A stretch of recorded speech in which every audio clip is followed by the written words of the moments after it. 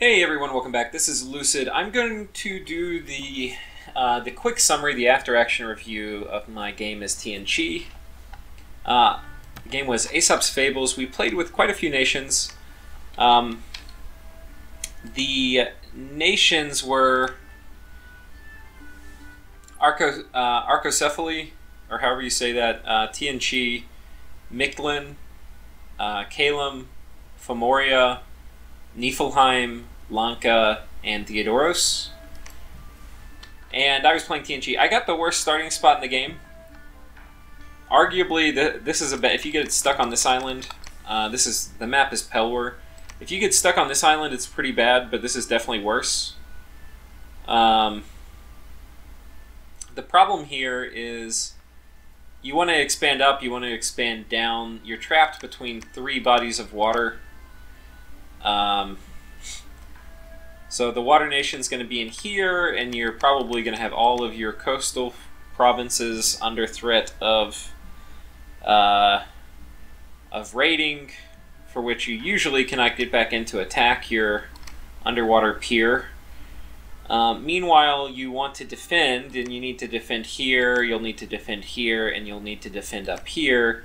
And it's impossible to get your armies from one side to the other in any kind of speed.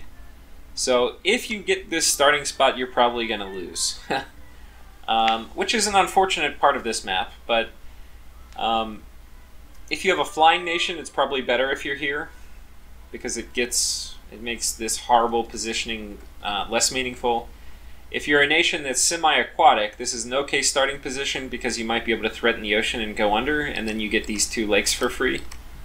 I am not really either of those. I am a weak little human nation. So, good things are this is a pretty decent starting army. You can usually blind expand, as you see I'm going to do. The other thing, I took some of the troops off of here, and I'm going to use them as arrow catchers for the next my next little group of people I get. I'm summoning Warriors of the Five Elements, and then a Master of the Dead, who's my little cheap expander to go with them.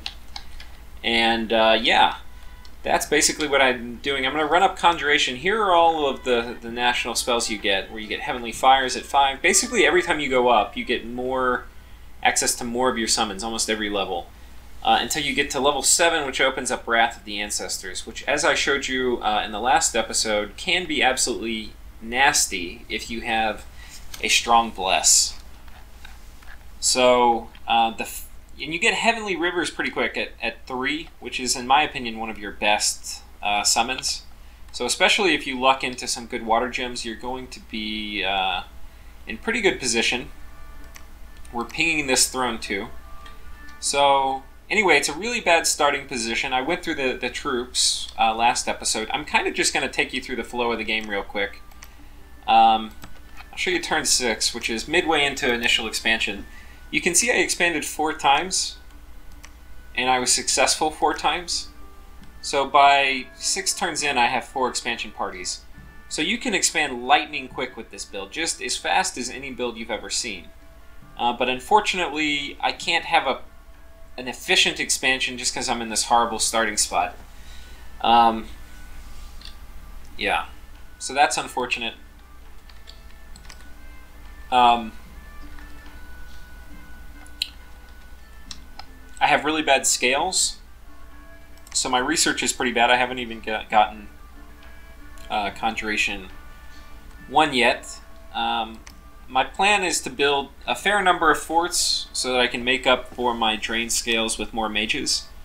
I made a mistake this game when I was doing that. Well, let's go ahead and I'll show you when I was making that. Let's hop forward to turn 17. So, what is Theodoros saying? Alright, so Lanka has attacked Arcocephaly, who is up in this corner. And Theodoros and I agreed to attack Lanka, because Lanka can be quite scary if left unchecked. You can see I've gotten a few forts up. I don't have a lab in this one yet. This one I do, and I'm cranking out Masters of the Dead. These guys are pretty useful once you get Conjuration 1, because you get Call Ancestor. So you can script them in battle. Do I have them scripted this way? Well, you can do Blessing, Blessing, and then Call Ancestor, Blessing. If you do Call Ancestor with Blessing after it, you'll normally summon a ghost and then bless it next turn. And even one ghost can be pretty damn helpful with that Blessing on top of them.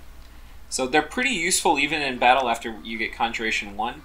But they're really bad in the lab. What I should have done is not been recruiting these guys, who once you have them, have a research of 5, but rather get these guys that have a research of 7. Now they're significantly, actually they're twice as expensive, so cost, in terms of research per gold, it's still better to get these jokers, but you just get so little research a turn. For each one you recruit. So I think it would have been better to jumpstart my research by getting these slightly less cost-efficient Masters of the Way. That's my thinking. I also stumbled into some troops that allowed me to expand underwater. So I've taken these two lakes. But yeah, so that's kind of how this part of the game went. Everything's looking, you know, as good as it can. I've gotten my infrastructure up. I have okay income. But not great, and I'm starting to make troops and research, though my research is pretty slow. It's only at 85 by halfway through year 2. What's going to happen next is I go to war with, I think it happens somewhere around here, I go to war with Theodoros. So Theodoros and I are fighting. I think I had lost a critical battle to Theodoros at this point. Oh no, it was an assassination.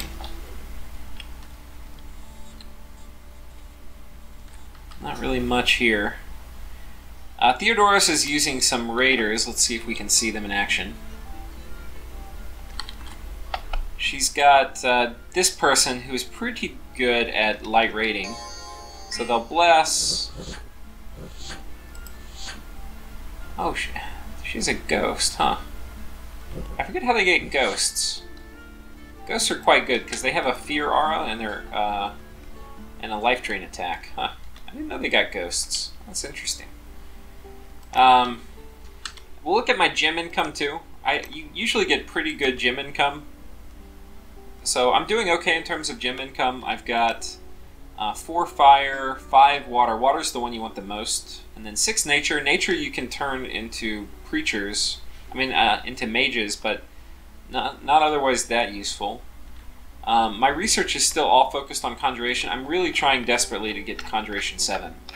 Conjuration 7 really changes the game for me. Unfortunately, I won't get there this game. I just couldn't research fast enough. And I have all my armies towards the bottom trying to deal with Theodoros. And unfortunately what is about to happen is I get backstabbed by Calum, who I was thinking was friendly, but is very much not friendly. Calum had attacked. I ended up taking their fort back. Calum attacked Niflheim, and basically one turn destroyed all of Niflheim's armies. There really wasn't much he could do. Yeah, he got totally crushed.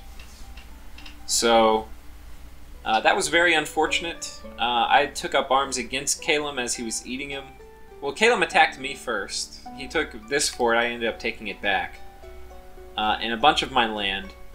And I've kind of taken it back, but while I took it back, he totally killed Niflheim. And Micklin would not join the fight against Calum for some time. He said he was in a pact. And Femoria was busy attacking Theodoros, which was good for me, but not good in the sense that, that Calum was starting to snowball out of control. At this point in the game, I have Conjuration 5, which opens up, I believe, my fire summons. And so I am spending all of my gems as fast as I can getting summons and running them around the map.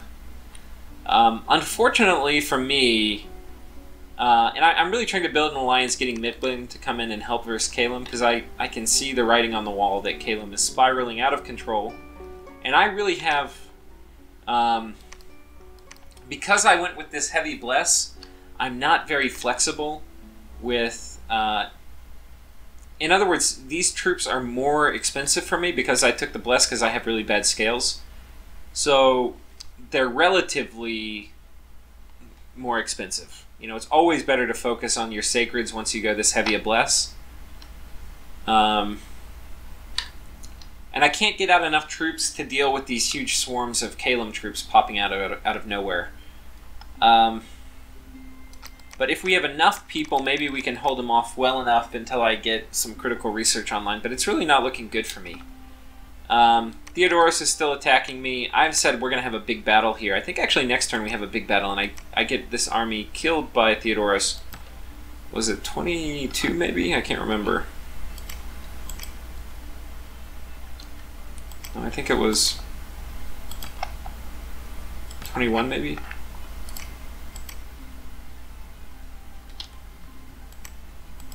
I can't remember. Anyway, I ended up losing that big army to Theodoros. I was able to keep him at bay, but yeah, it didn't go well. And then Kalem won really quickly. They won by turn 42. We ended up having Fomoria joined in the war versus Kalem, and Kalem attacked Mictlan. But Kalem is just one of those nations that once they get to a critical size, they're going to be really hard to stop because they have such strategic flexibility in their map movement that they can just pop any undefended fort almost any turn. And I believe he had Eyes of the God Up, so we would always have a good sense of where people's troops were, which made it very easy for him to one-turn pop forts or pick off medium-sized army with very large armies. Versus me, he ended up using a lot of archers, which were very strong against my unshielded and rather fragile sacreds. So, yeah, and as you can see, it's the end of the game. I just barely made it to Conjuration 7 right before the game ended, but wasn't able to do much else. And I was never really able to fully utilize it, especially versus Kalem, because his flying troops could just jump on me before I got a chance to do my Wrath of Ancestors summons. So, this build is heavily countered by flyers like Kalem has.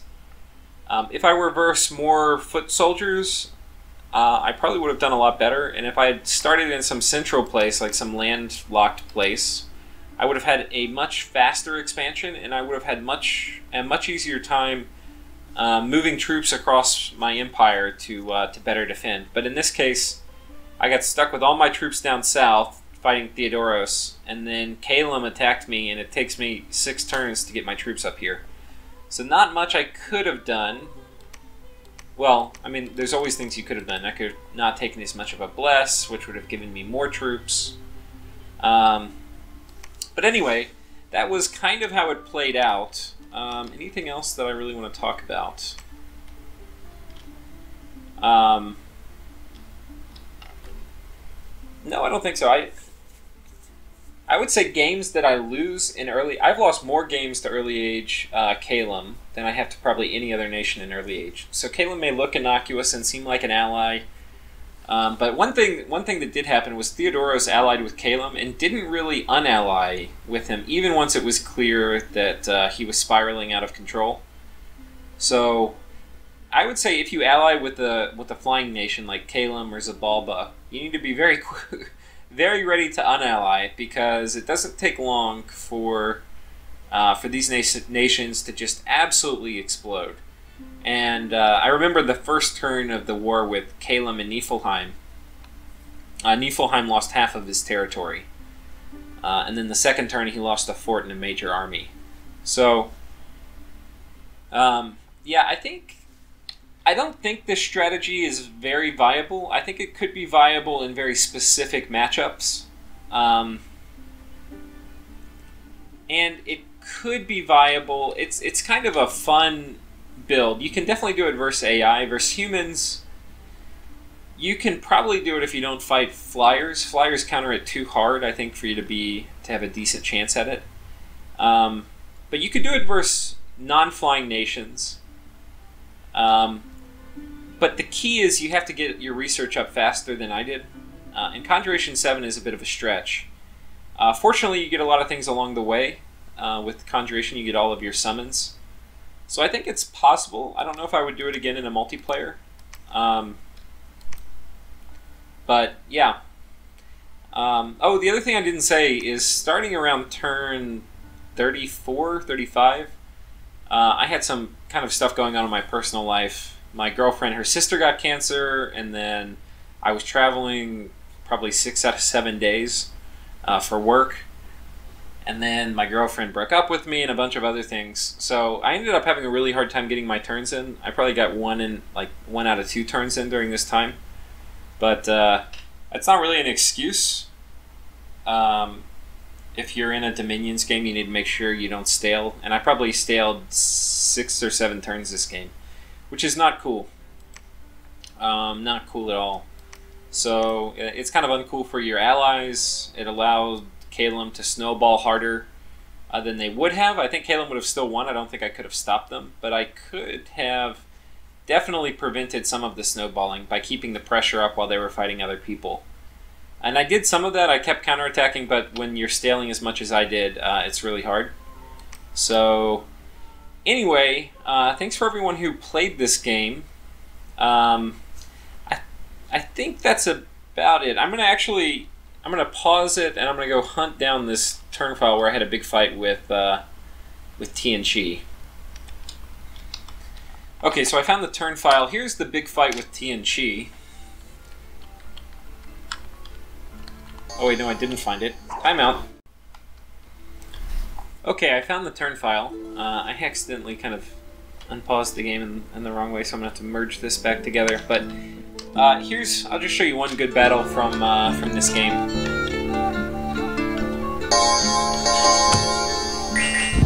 So I have a bunch. This is probably 7 or 8 turns of my dudes, and you can see. Okay, first of all, versus archers, bunching all your troops up is a really bad idea. I didn't have arrow catchers out. So I should have definitely had arrow catchers out here in the front. That would have changed a ton.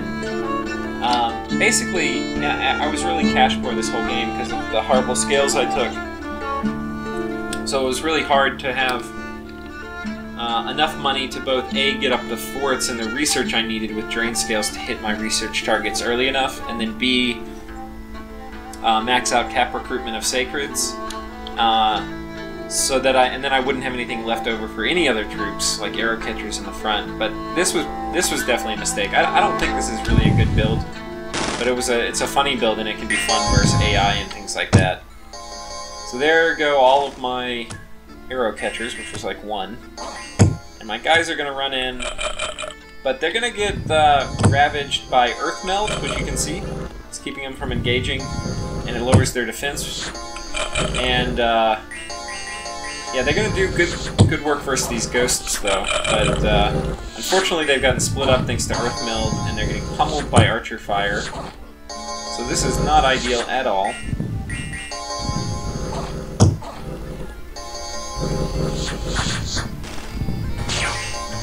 Yeah, so this is not good.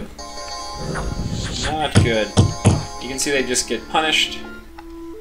So I won a lot of battles versus TienChi.